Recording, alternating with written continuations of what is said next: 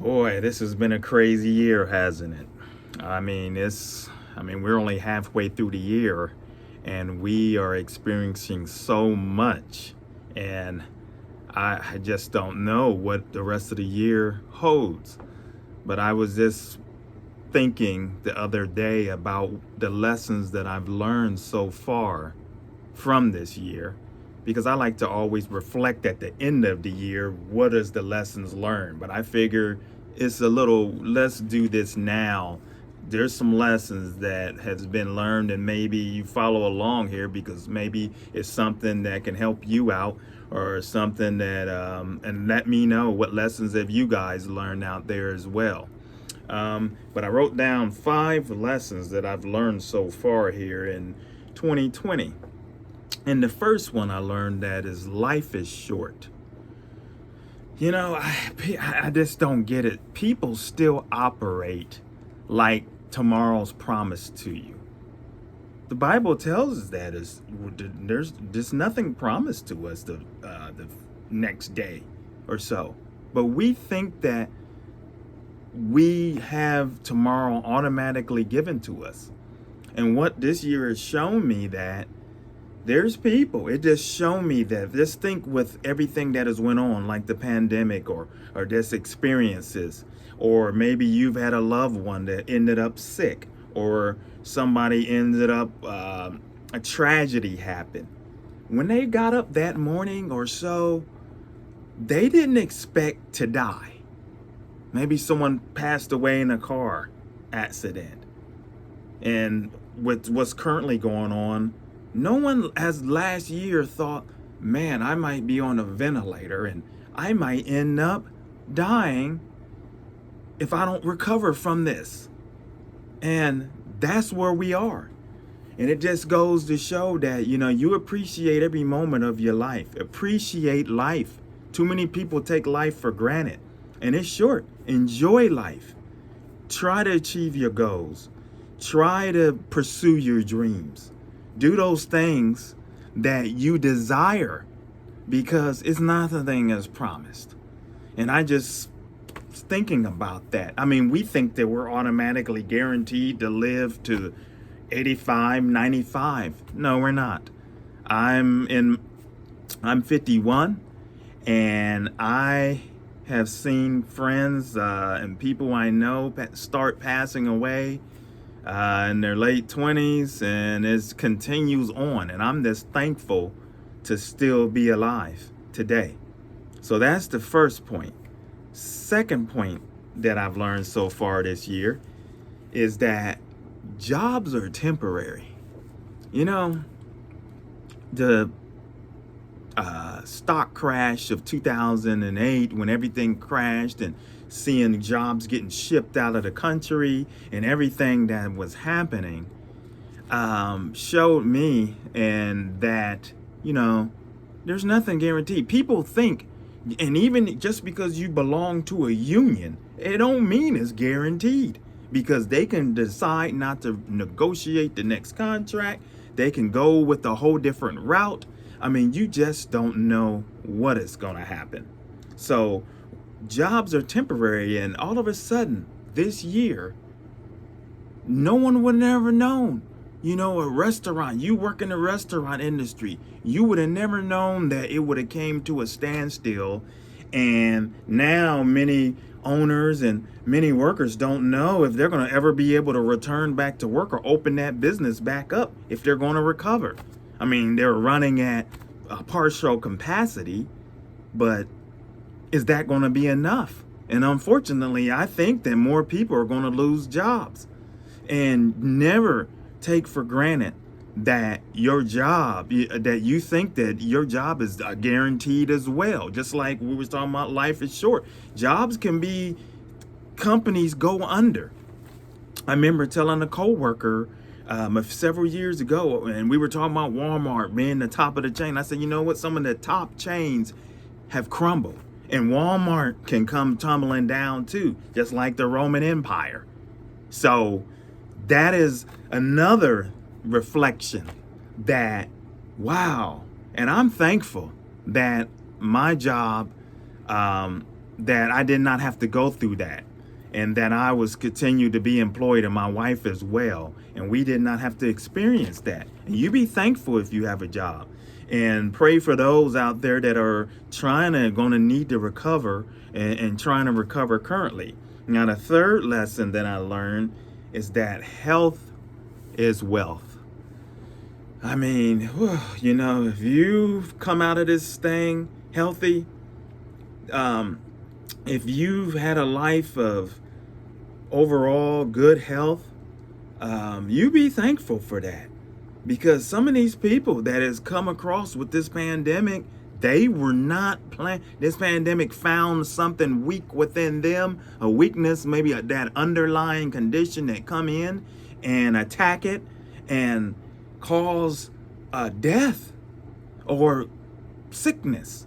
And it just goes, and it doesn't have to be the pandemic. It can be any type of sickness. You be thankful that you have health, because I don't care how much money you got, how much influence you got.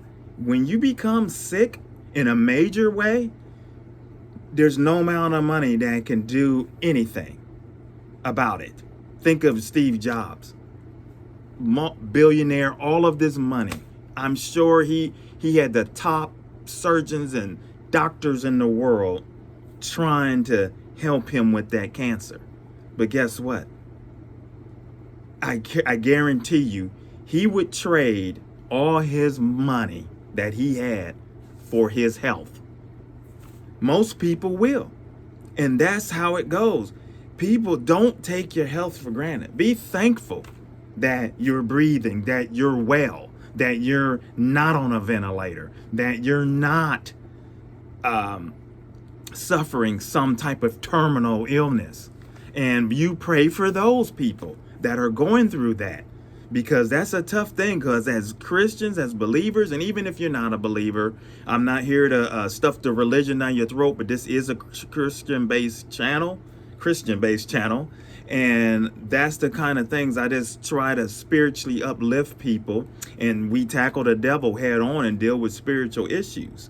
So pray for those people that are having health issues and those that are around you.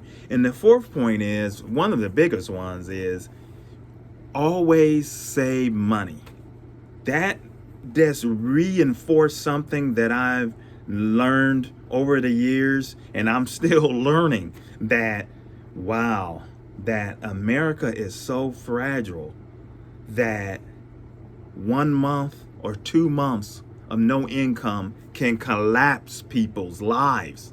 I mean, that is serious, because the old saying goes, most people live paycheck to paycheck. And apparently that is true.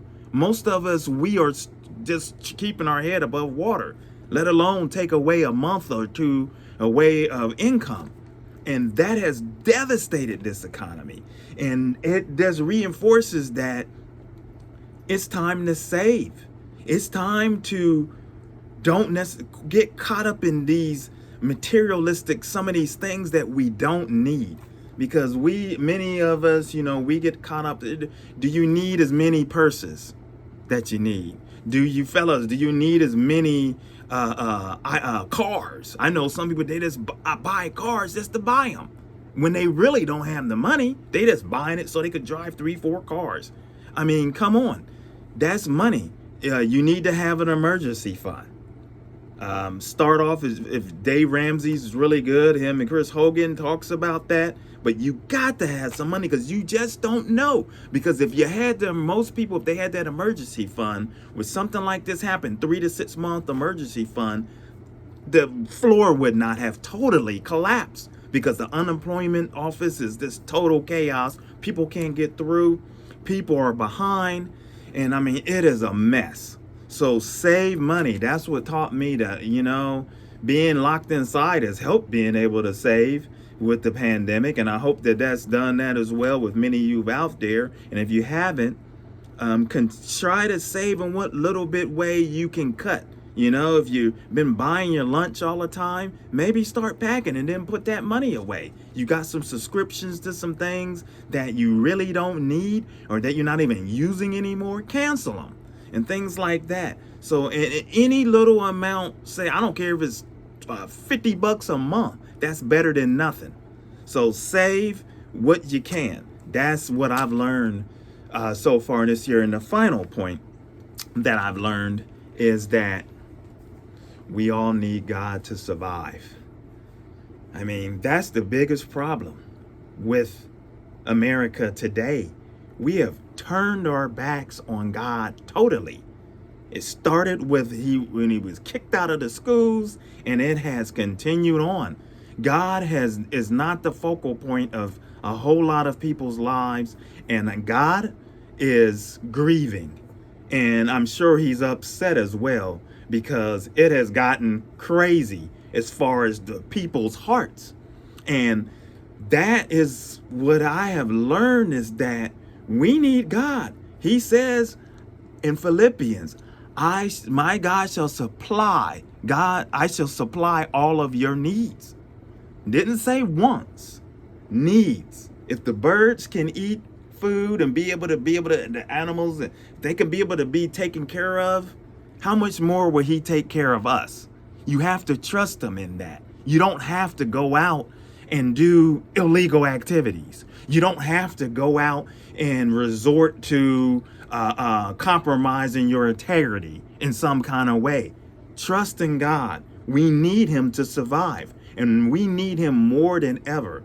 And then we need to be able to pray for this nation and pray for people and ask God to touch everyone's hearts, and most of all, touch America and throughout the world's hearts, so that we can get on the right track and love one another, and most of all, advance his kingdom. And if you don't know the Lord, come on board with this channel.